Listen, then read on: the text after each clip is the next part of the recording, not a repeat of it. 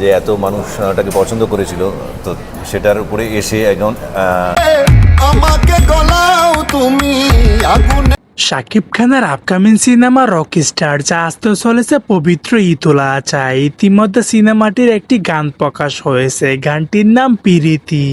রয়েছে একে একে গানটি প্রকাশ হবার পর থেকে পুরো সোশ্যাল মিডিয়ার মধ্যে তোলপাড়। শুধু বাংলাদেশের মধ্যে সীমাবদ্ধ নয়, ছড়িয়ে পড়েছে ওপার বাংলার সিনেমার অঙ্গনেও। না কালা কোনো সঙ্গে না। সুপারস্টার জিৎ তো রীতিমতো শাকিব খানের অভিনয় দেখে নাকি চমকে উঠেছে।